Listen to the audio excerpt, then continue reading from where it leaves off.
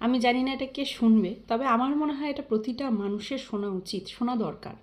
দেখো, একটা সময় যখন আমরা ছোট থাকি, যখন আমরা একদম ছোট, তখন কিন্তু আমরা সেই সময়টার গুরুত্ব দিতে পারি না। আমরা কিন্তু সেই সময়টার গুরুত্ব দেই না। আমরা বুঝি না এই সময়টা আমাদের কাছে কতটা প্রিসিয়াস, কতটা মূল্যবান, আমাদের কাছে কতটা এই সময়টা।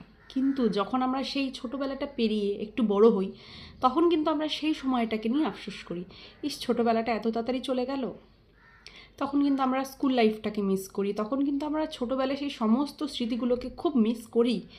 আর যখন আমরা এই যে আমাদের যে যারা যারা মাঝ বয়সে আছি, তারা কিন্তু আমরা এই সময়টাকেও ইউটিলাইজ করতে পারছি না।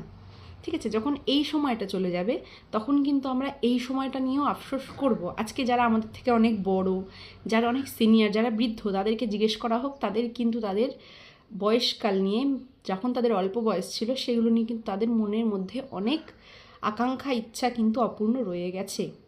তাই আমি মনে করি প্রতিটা মানুষের নিজের জন্য বাঁচা উচিত, নিজেকে ভালো রাখা উচিত। হ্যাঁ, পৃথিবীতে অনেকে তোমাকে অনেক কিছু বলবে, অনেকে তোমাকে অনেক ওপিনিয়ন দেবে, অনেক সব কিছু তোমার ঘাড়ের উপর চাপাতে চাইবে, কিন্তু তুমি কাউকে সুযোগ দেবে না, কাউকে না। আমার লাইফ আমি কেমনভাবে বাঁচবো, যেটা আমার কাছে ঠিক মনে হবে আমি সেটাই করব। হ্যাঁ, হয়তো সেটা অন্য লোকের কাছে ভুল হতেই পারে, বাট আমার কাছে যেটা ঠিক আমি সেটাই করব। কারণ আমরা অন্য কাউকে খুশি করতে এখানে আসিনি, আমরা নিজের মতো নিজে বাঁচতে এসেছি। ঠিক আছে, প্রয়োজনে একা থাকবো, সারা পৃথিবীর লোকের সাথে শত্রুতা করে নেব, কিন্তু নিজের জন্য বাঁচবো, নিজেকে ভালো রাখবো। এটা কিন্তু সমস্ত মানুষের করা উচিত। নিজের জন্য বাঁচা উচিত, আগে নিজেকে ভালো রাখা উচিত। আমি এটা আগেও বলেছি, আমি এটা সবসময় বলবো, সমস্ত মানুষের আগে নিজেকে ভালো রাখা উচিত। তবেই গিয়ে সে আশেপাশের সকলকে, যার বাচ্চা হোক, ফ্যামিলি হোক, সবাইকে ভালো রাখতে পারবে। নাহলে কিন্তু কাউকে ভালো রাখতে পারবে